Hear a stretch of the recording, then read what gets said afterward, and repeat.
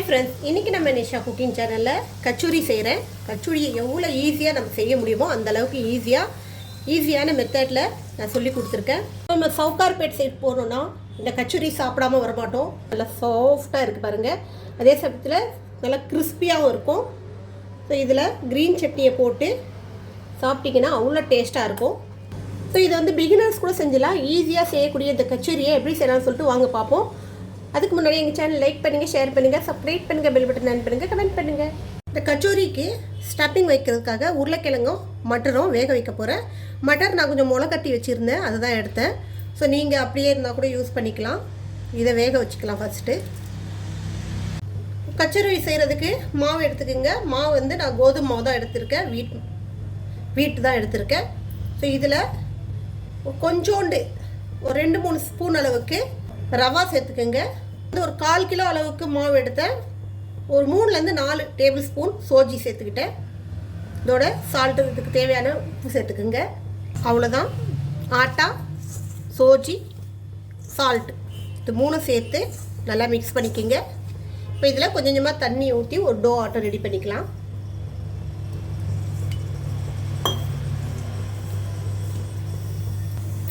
To ready ஆயிடுச்சு.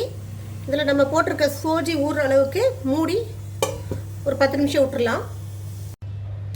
இப்போ இந்த வேக வச்ச மட்டரும் உருளைக்கிழங்கையும் நல்லா மசிச்சுக்கிங்க.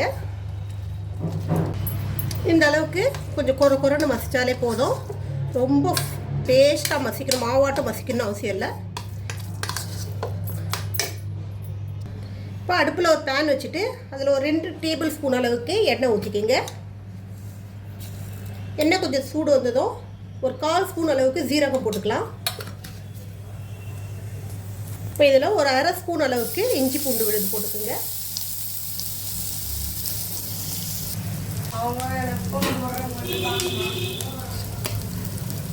இப்போ இதில் நம்ம மசிச்சு வச்ச உருளைக்கிழங்கும் இந்த மட்டரும் சேர்த்துக்கலாம்.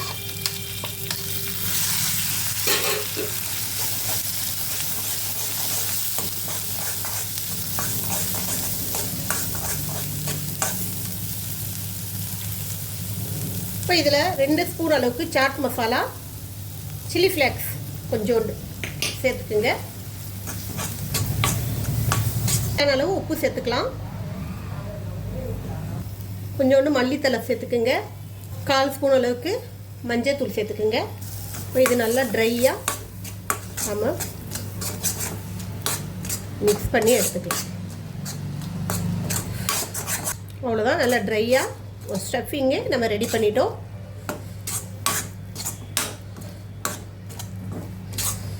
இப்போ இது கொஞ்சம் ஆற விட்டுடலாம். நம்ம இந்த மாவு எடுத்துக்கலாம்.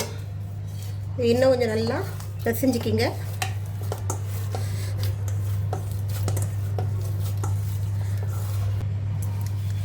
சப்பாத்தி உருட்டுற கட்டை எடுத்துக்கோங்க. அதில்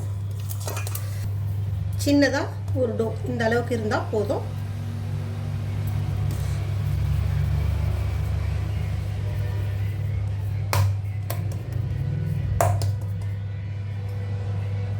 மேலே எண்ணெய் கொஞ்சோண்டு தடவி விட்டு இது நல்லா தின்னாக உருட்டி எடுத்துக்கலாம். நிறைய பேருக்கு வந்து கச்சோரி ரொம்ப பிடிக்கும். ஸோ நார்த் இந்தியன் டிஷ்ஷாக இருந்தால் கூட நம்ம ரொம்ப விரும்பி சாப்பிடுவோம்.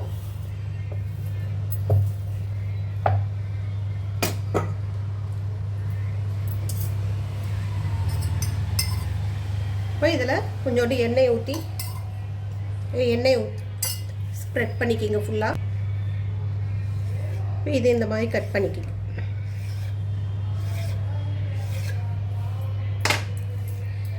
கட் பண்ணதை எடுத்து ஒன்று மேலே ஒன்று வச்சுட்டு வாங்க.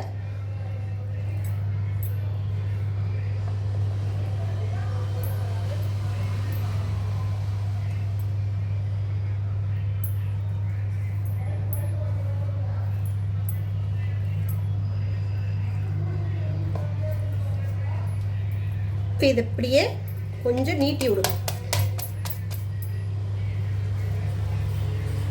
இப்படியே சுற்றிட்டே வந்து இதுக்குள்ளே இதை வச்சுட்டு இந்த மாதிரி இது ஒரு கிண்ணி ஆட்டம் ரெடி பண்ணிக்கிங்க. ஸ்டப்பிங்கை வச்சுக்கிங்க.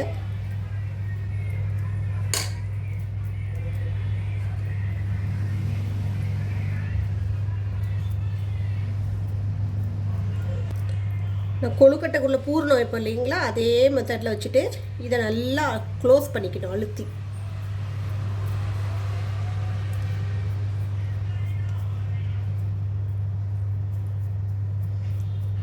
ஓப்பன் ஆகி இந்த ஸ்டப்பிங்கெல்லாம் வெளியில் வராத மாதிரி நல்லா அழுத்தி க்ளோஸ் பண்ணிக்கிங்க. நம்ம எதுவுமே யூஸ் பண்ண தேவையில்லை. இப்போது இதை நல்லா இந்த மாதிரி இந்த உள்ளங்கை நடுவில் வச்சு இப்படி அழுத்துனீங்கன்னா இந்த கச்சோரி ஷேப் வந்துடும் நமக்கு. இங்கே அடுப்பில் எண்ணெய் காய வச்சுக்கிங்க. எண்ணெய் நல்லா காஞ்சதும் இந்த கச்சோரி எடுத்து இதில் போட்டுங்க.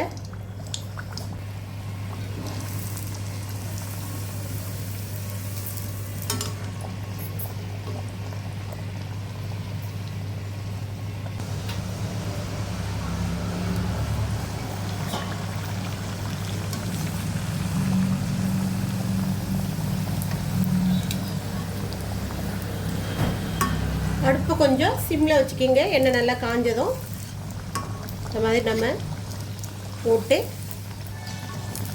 நல்லா இந்த அளவுக்கு செவக்கிற அளவுக்கு செவக்க விட்டு எடுக்கணும். கொஞ்சம் அடுப்பு சிம்மில் இருந்துச்சுன்னா நமக்கு உள்ள வரைக்கும் நல்லா வெந்துடும். ஸோ உடஞ்சி நமக்கு உள்ளே இருக்கிற ஸ்டப்பிங்கெல்லாம் வெளியே வராமல் நல்லா ஸ்மூத்தாக அழகாக ஃப்ரை ஆகுது பாருங்கள். ஈஸியாகவும் செஞ்சிடலாம். கச்சோரி உடைக்கும் போது நல்லா பூரியாட்டம் உடையணும். அந்த மாதிரி இருந்தால் தான் டேஸ்ட்டு நல்லாயிருக்கும்.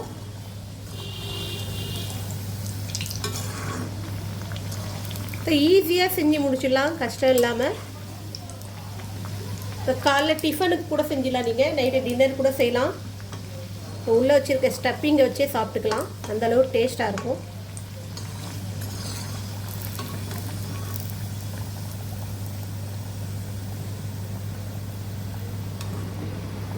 ஓரளவுக்கு நல்லா ஃப்ரை ஆகிடுச்சு பாருங்கள். இந்த அளவுக்கு நல்லா ப்ரௌன் ஆன பிறகு நம்ம இதை எடுத்துடலாம். அவ்வளோதான், கச்சோரி எல்லாம் ரெடி பண்ணி ஆயிடுச்சு. நம்ம போட்ட எண்ணெய் அப்படியே இருக்கு பாருங்கள். எண்ணெய் அதிகமாக குடிக்காது, எண்ணெய் ஸ்பாயிலும் ஆகாது, நல்லா சுத்தமாக அப்படியே இருக்கும். ஸோ இதே போல் நீங்கள் ட்ரை பண்ணி பாருங்கள். டேஸ்ட் செம்மையாக இருக்கும். ஈவினிங் சமயத்தில் குழந்தைங்களுக்கு ஸ்நாக்ஸாக கொடுக்கலாம். அதுதான் அருமையான கச்சோரி, நல்லா ஹைஜீனிக்காக சூப்பராக இருக்கும். டேஸ்ட் செம்மையாக இருக்கும். ட்ரை பண்ணி பாருங்கள். இன்னொரு ரெசிபியோடு உங்களை சந்திக்க வரை உங்களோட விடைபெறுவது உங்கள் விஷயம். எங்கள் சேனல் லாஸ்ட் வரைக்கும் பார்த்தவங்க அனைவருக்கும் மிக்க நன்றி. பாய்.